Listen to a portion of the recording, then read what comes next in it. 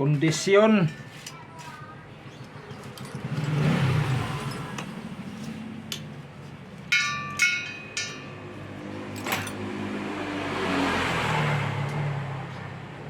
Tanggalin natin lumang grasa para lagyan ng bago. Goods pa naman yung bearing nitong ano. Ito nabili nating max ng Red Deer 150. Dito i-convert natin dito. Dito Mads. Ang kamot. Ang ganito na yun. Conversion natin dito sa rim. Naka-rim. Convert natin ito max. Kondisyon mo natin bearing ito. Repack. Ito repack natin.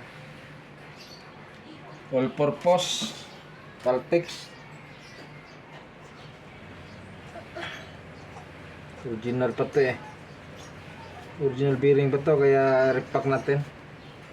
Rekondisyon ba?